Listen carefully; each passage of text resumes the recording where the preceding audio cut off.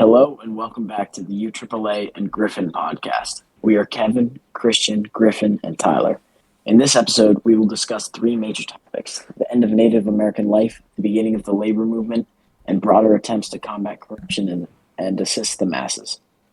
Native American life had always been a big topic to the country on what to do with them as we gained more and more land, but this was the nail in the coffin for the end of the natives.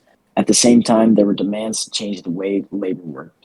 Strikes started rising, and people demanded minimum hours, greater wages, and better conditions. Also, an effort to solve the corruption and aid the masses of the people.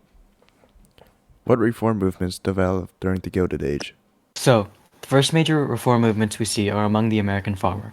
The farmers, since the rapid expansion of the railroad industry, were being exploited. The farmers didn't profit from their labor, but instead, big business did. Farmers had money problems, as they had to take out loans to purchase expensive equipment. Banks would exploit farmers taking out loans, with interest rates falling anywhere between 8 to 40%. However, the railroads were the biggest problem farmers faced. Usually, there would be a single railroad line running through a given area, so it would have a monopoly over prices. Shipping costs were so high that farmers would sometimes have to sell their crops directly to the railroads for below market value. To combat this, farmers organized and formed the National Grange Movement, where they would take political action to defend members against the railroads and trusts. Another group of farmers, the National Alliance, met in Florida to address these same issues, creating the Ocala Platform of 1890. It didn't become its own party, but many of its ideas would be used by the pro-farmer Populist Party, which emerges as a result of the Grange movement. The Populist Party adopted the Omaha Platform in 1892 at their Omaha, Nebraska convention, where they called for things like unlimited coinage of silver, or the bimetallic standard, the government regulation of railroads and industry, and a number of election reforms, like the secret ballot. Populists did manage to convince Congress to pass laws in their favor, like with the Interstate Commerce Act of 1886. This was a populist-backed law that created the Interstate Commerce Commission and compelled railroads to publish standard rates and prohibited rebates and pools, making the railroad industry the first to be subject to federal regulation. Populist rhetoric would later be adopted by the Democratic Party, with it selecting major populist William Jennings Bryan to run in 1896. At the Democratic Convention, Bryan gave the famous Cross of Gold speech, in which he attacked the gold bugs who insisted that the dollar be backed solely by gold and not the populist-backed bimetallic standard. Ultimately, he would be unsuccessful in every presidential race he did. We also see a number of social reform movements, many informed by Christian teachings. The Protestant work ethic was an emerging idea, which was the value attached to one's work ethic, thrift, and efficiency. A good work ethic was considered to be a sign of an individual's salvation. Speaking of salvation, the Salvation Army formed during this time, meaning to help the poor and suffering with their needs. It originally formed in England but spread to America in the 1880s. Social gospel was another of these movements. It aimed to apply Christian ethics to social issues, including justice, poverty, and temperance. Notable church leaders were also involved, as we see Cardinal Gibbons, the Archbishop of Baltimore, supporting measures like public health, consumer protection, and the regulation of sweatshops, as well as the rise of the temperance movement, with organizations like the Anti-Saloon League lobbying for the prohibition of alcohol. Carrie Nation was a notable member of the temperance movement who was radically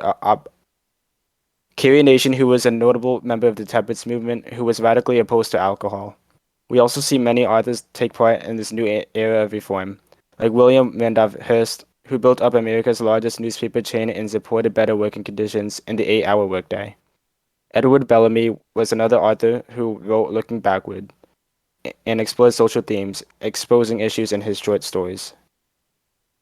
While there were many voices in support of reform, many were also against it. Andrew Carnegie wrote his Gospel of Wealth, where he described philanthropy and helping the poor as responsibilities of the wealthy upper class, not of government programs. William Graham Sumner was an American clergyman and social scientist at Yale who charted the evolution of human customs, leading him to the conclusion that social reform was useless. Dwight Moody was an evangelist who preached not in support of reform, but the old-fashioned gospel instead. What kind of labor movements do we see develop and who leads them? We start to see many unions forming as a result of all the cooperation We start to see many unions forming as a result of all the corruption of big businesses owners. For example, we see the Pullman strike, which was a strike that occurred when the Pullman company suffered losses and cut wages by 25% and forced workers to live in Pullman towns. Eugene V. Debs, a socialist who helped create the Social Democratic Party of America, organized the American Railways Union into a strike in 1894, pressuring President Cleveland to send in federal troops, resulting in the death of 30 strikers. Cleveland then created Labor Day as a national holiday to appease organized labor. Another labor union was the Knights of Labor, which was the largest labor organization in the 19th century. It sought to bring together wage earners regardless of skill, and they supported radical measures like the restriction of child labor, a graduated income tax, the abolition of contract labor, and the monetary reform. They were more politically active as well. They even participated in the Haymarket Square riot, an event on May 4th, 1886, that transpired after confrontations between strikers and anarchists happened against the police, and an unknown anarchist threw a bomb into a crowd of advancing police. As a result, the labor union quickly fell to its downfall due to the idea that they had no respect for police officers when they serve and protect the country. Another downfall for labor unions happened 20 years before this, in the Panic of 1873, which was a worldwide depression that began in the US when one of the largest banks abruptly declared bankruptcy, leading to the collapse of thousands of banks and businesses, and devastated unions because they couldn't operate or fund members during strikes. Another well-known labor union was the American Federation of Labor, that accepted the wage system, unlike the Knights of Labor, and was overall a much more conservative organization, relying on workers bargaining with their employers for better working conditions. Samuel Gompers founded this labor union and promoted harmony among the different unions that were within it, helped secure shorter working hours and higher wages, and supported collective bargaining. Another great movement by labor unions was the antitrust movement, which was a movement that was concerned with the trusts and rise of big businesses as middle-class citizens feared the unchecked power of the trusts. This helped lead to the creation of the Sherman Antitrust Act, which enacted to curtail combinations of power that interfered with trade and reduce economic competition, and was used to break up trusts, and was a vague but powerful weapon. Then there are two other important people who helped in this labor movement. Henry George was an American political economist whose writing sparked several movements in the Progressive Era. Then there was Joseph Pulitzer, who was a politician and newspaper editor, who made the New York World a profitable paper. He became a leading member of the Democratic Party and supported organized labor and attacked trusts and monopolies. How and why did Native American life and culture end in the United States? As the country grew in both power and population during this time, there was a dramatic increase in expansion, specifically to the west.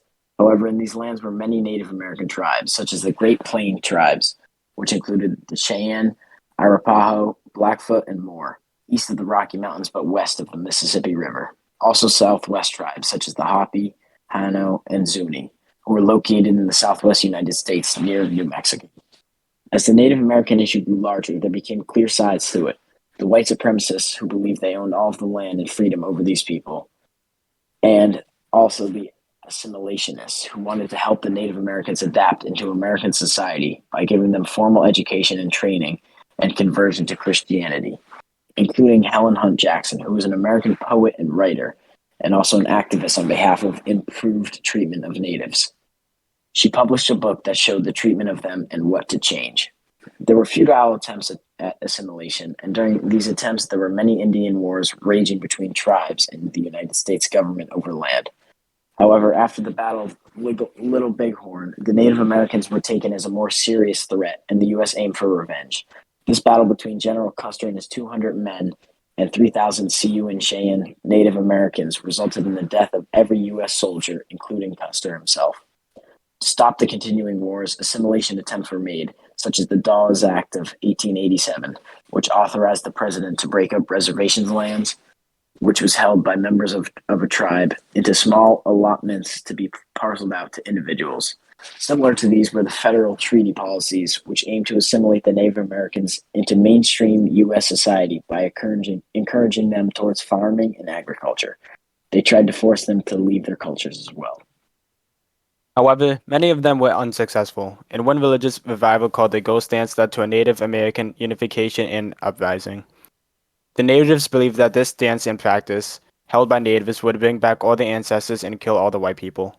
However, it led to the government fearing the natives, and then the Battle of Wounded Knee, which was a Native American massacre, which resulted in the near extinction of the Sioux tribe. After the threat of conflict had disappeared, the U.S. government made many attempts to reconcile and find peace with the natives, such as the Indian Reorganization Act of 1934, which attempted to conserve and develop Indian lands and resources. It reversed the U.S. policy favoring Indian assimilation. It recognized the right of self-determination of natives. However, these actions were worthless due to the Indian wars that killed off the incredible majority of Native Americans and, sadly, their culture along with them. Thank you for listening to this week's episode of the UAAA and Griffin podcast. We are Kevin, Griffin, Christian, and Tyler. Thank you.